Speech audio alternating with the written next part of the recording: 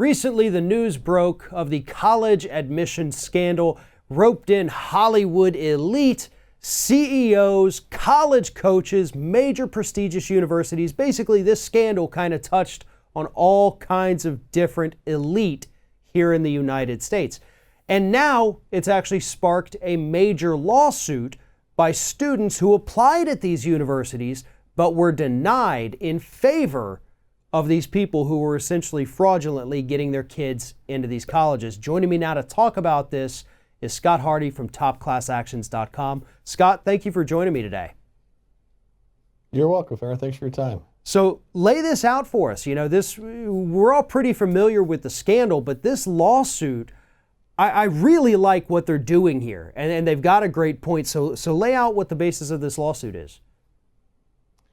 Yes, this was, when these things popped out, my wife said to me, we were actually celebrating our anniversary, and my wife said to me, she goes, "Ooh, what about the class actions?" And I said, obviously we know they're going to be ones, but how are they going to angle these class actions? Because it's hard to sue a college because you didn't get in. But the angle of both of these class actions are interesting because they're suing all of these colleges, and at least up front, the angle they're taking is that whenever you apply for college, you have to pay an admissions fee and, or an applications fee. And so all of these folks that are applying are paying $50 to $100 each, not knowing that essentially the system is at least partially rigged because these are big colleges. Thousands of students are getting admitted every year, and most of those will qualify. But as we know from these class actions, some of them might not.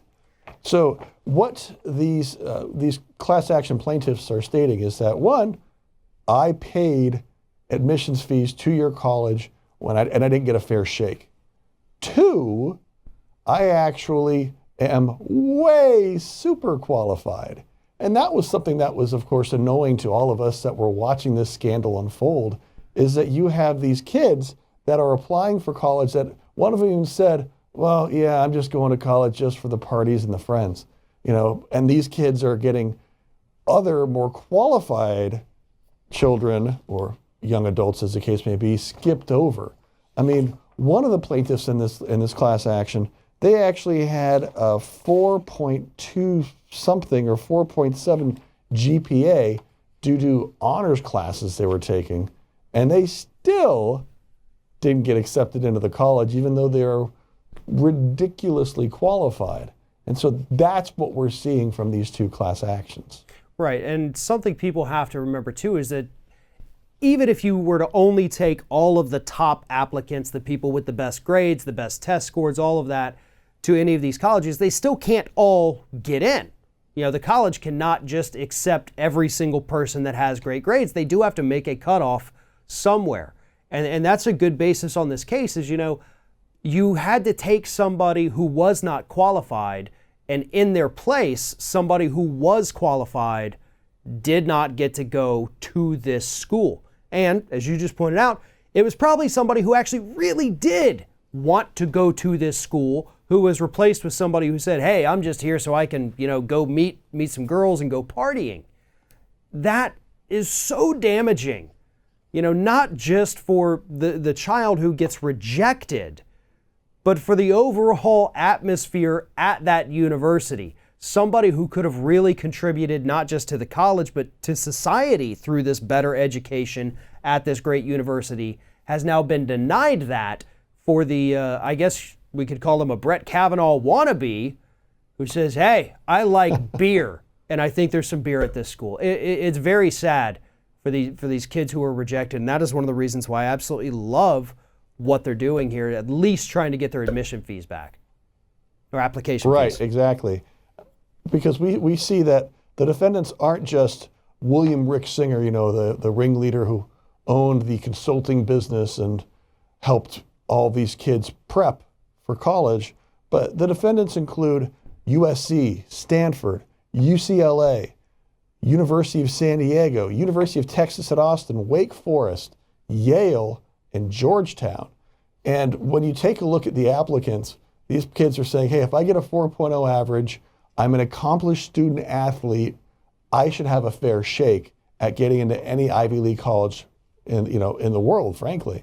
And they didn't, because you have these kids that were on crew or, rowing crew, or were partying with, 100 millionaire boosters of the colleges on their yachts before or even during class hours. Come on, man. We understand that the wealthy will get some certain kicks here and they can try to move their way forward, but what are you going to do? I mean, kids need to earn their way into school. And I know if my kids don't have the grades, and guess what? You're going to community college. That's what I did. You got to earn it. I think that's a big part of actually what's been missing from a lot of these stories is that we're setting these kids up. The ones who, their parents went through this William Singer scam, prep agency, whatever it is. They were setting their kids up ultimately to be dependent upon them, the parents, the wealthy, the money, for the rest of their lives. These kids did not earn this on their own merit. Their parents had to pull the strings. That is one of the worst lessons you could teach a young person ever. That, hey, don't worry about it. We have a lot of money, so we'll get this taken care of for you. Those people don't typically go on to be hugely successful adults. They're not independent adults. They're always waiting on somebody to swoop in and save the day because they never learned how to do it themselves because everything was handed to them.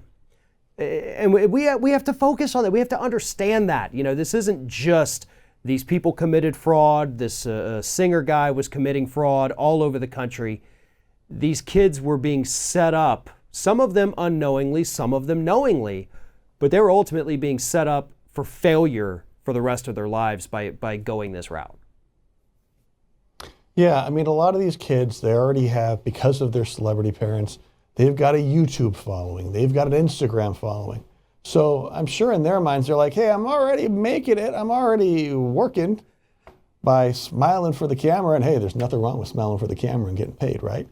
But, you've got to figure out your way in life. And as you said, you're setting kids up for failure. If your kids have actually said, yeah, I don't care about college.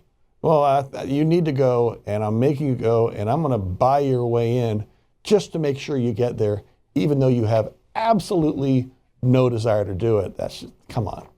You're going to fail every time.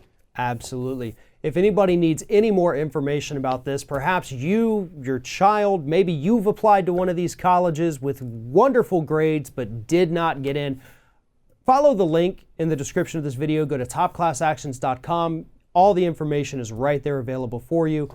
Scott Hardy, Top Class Actions, thank you very much for telling us this story today. You're welcome, Farron.